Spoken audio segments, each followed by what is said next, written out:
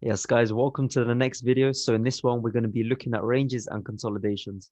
So until now, we've pretty much covered the core concepts of the technical strategy that we're going to be using. Of course, we looked at points of interest, different types of order blocks, market structure, liquidity, everything to do with that. So now let's actually understand how we trade in different types of market conditions. So as you know, there's two main types of market conditions. You've got ranges and consolidations, and then you've got expansions and continuations. So why do we actually have consolidations? So the literal reason for that is because there's an equal number and volume of buy and sell orders. So as you can imagine, for every buy order that happens at the time, it's compensated by another sell order of the same amount of volume.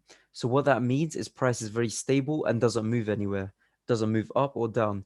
Just really, it just really consolidates as seen below. So there's a buildup of liquidity and orders on both sides of the marketplaces. So you can understand when there's a consolidation, you're going to have buy side liquidity, sell side liquidity. There may be times where you have equal highs, equal lows, trend line liquidity as well. And all of this buildup eventually will be swept out. And once liquidity is taken, so all the stop losses from here, all the stop losses from here, price will come eventually to take it out and then expand.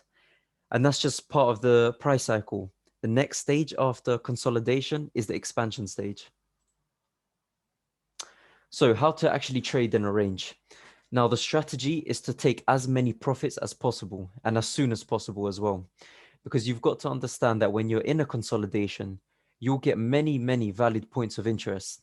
As shown here, we started off with this price showing buy side liquidity. As we went down, and a clear order block was shown in the premium area. So when we got to the low, we started buying up again. And then once we got to the premium area, we mitigated this right here, came back down, and then mitigated this order block that was created right there. So what we've started to create is a bit of a retail channel, as you would call it. And that's exactly what consolidation is. The volume is decreasing and decreasing. Because if we saw a step up in volume, then we'd start to see massive spikes to the upside, as we're starting to see here. Now, this is where the consolidation is started to stretch out a bit, and price is actually starting to take some of the liquidity that we've created before. So for example, this price move right here would have taken that buy side liquidity. As soon as that happens, what can we expect? Some sell side happening, of course. The thing is, with ranges and consolidations, there's going to be many areas where you get points of interest, like order blocks or breaker blocks, or whatever it may be. But not every single one of them is valid. You would have thought, okay, now that we've got this buy right here, if we were expecting more buys and we had bullish momentum, yes, this order block would have been valid. However, because we're in a consolidation, what that means is that price does not actually respect certain points of interest as if we were trading within an expansion or a continuation trade. And now don't expect massive price movements, but rather expect minute volume. So definitely one thing that I'd recommend is to take profits as soon as you can, but also at strong points of interest. So if, for example, I understood that time of day was correct and everything, that's what we're going to be getting into in the next part of the technical section. But if I took a sell from here, I understood that we were just taking the stop losses from there. If I had taken a sell, my take profit would have been at this order block, not here, not here. Because the thing you've got to understand is price can reverse at any point, at any order block, really. And that's why it's a bit dangerous to trade in consolidations. And of course, you can trade within consolidations, and I do it myself, but you really need to have a proper understanding of what's going on, where price can go, and when to efficiently take profits. So let's take example in the live markets. So market structure right here, as you can see, is quite difficult to understand.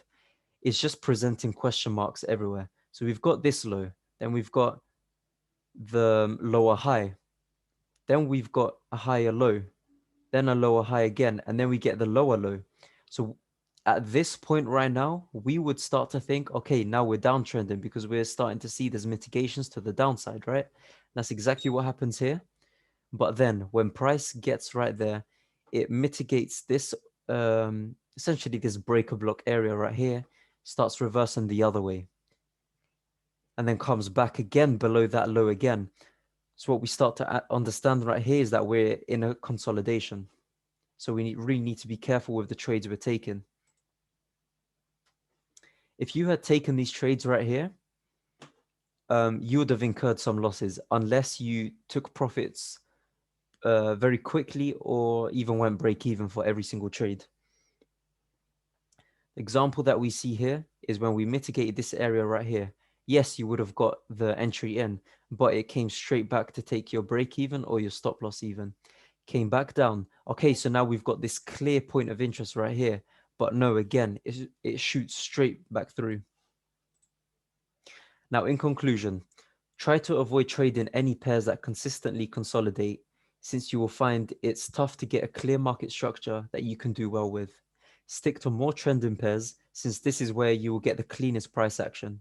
Some of the best examples of consolidating pairs is Euro GBP and AED NZD, because the two types of, or the four types of markets, in relationship to each other, Euro GBP, AED, NZD, they're very similar to the way they move because their economies um, may be quite similar in terms of fundamentals, whether it's their trades, their exports.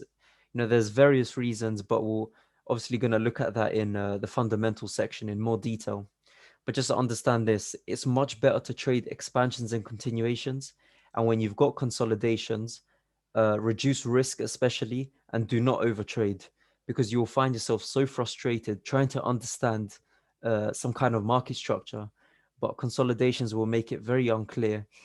And obviously there's a lot more to it that we're going to be looking at in the second and the third section. But yeah, guys, that's it for this lesson. I'll see you in the next video.